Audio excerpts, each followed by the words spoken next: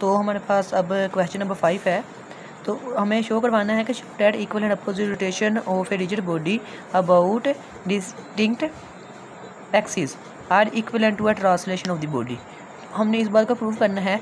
तो ये कहना क्या चाह रहा है कि हमारे पास अगर कोई चीज़ अपोजिट डायरेक्शन और मतलब कि Newton third law of motion every action has equal and opposite reaction but in opposite direction equal reaction होता है हमारे पास।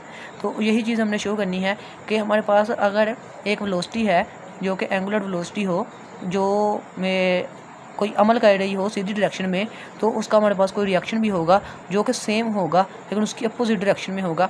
तो हमने उस चीज़ को प्रूव करना है।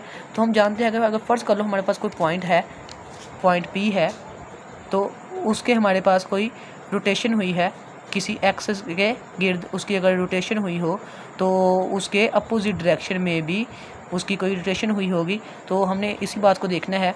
तो वो कहना क्या चाह रहा है, हम मतलब सारा उसने यही लिखा होगा, let a body rigid body subjected to a rotation with angular velocity omega and minus omega इसलिए यूज़ किया कि अपोजिट डायरेक्शन में हुआ होगा काम। And axis passing through a point 0 मतलब O1 और O2, उसने दो बॉडीज़ ली हुई हैं और दो बॉडीज़ के दूसरे दो पॉइंट्स लिए हुए हैं, ठीक है, O1 और O2।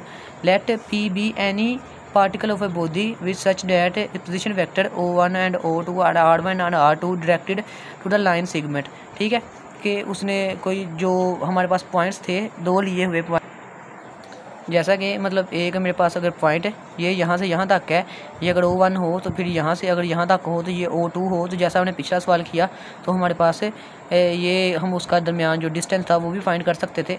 तो ये बातें की हुई, इनके दरमियान कोई पोजीशन वेक्टर्स भी होंगे विद रिस्पेक्ट टू दैम। तो ये O1 और O2 हमारे पास दो पॉइंट्स हैं, लाइन सेगमेंट्स हैं, तो उनके दरमियान कोई पोजीशन वेक्टर है जिसको उसने R1 और R2 से डोनेट किया है। हम जानते हैं कि ये हमारे पास पॉइंट P के ऊपर हैं। तो ये चीज़ें हमने प्रूव करनी है। हम जानते हैं V is equal to R cross omega, omega cross R।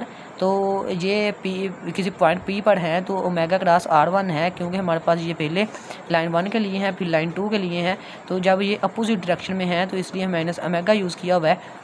तो ये इक्वल टू फिर ये हमारे पास इसके इक्वल होगा, मतलब ओमेगा हमने इनमें से बाहर निकाल लिया और minus R1 minus R2 cross करके। तो ये दो हमारे पास पोजीशन वेक्टर्स हैं। जैसे कि हमने देखा कि अगर एक पोजीशन वेक्टर ये हो, दूसरा पोजीशन वेक्टर ये हो, ठीक है, तो हम इन दोनों के दरमियान जो डिस्टेंस था वो हम फाइंड कर सकते थे R2 माइनस R1 के ज़रिए। तो फिर भी वो कोई फासला ही होगा, R1 का माइनस R2 या R2 माइनस R1, इनमें कोई ख़ास फ़र्क नहीं होता।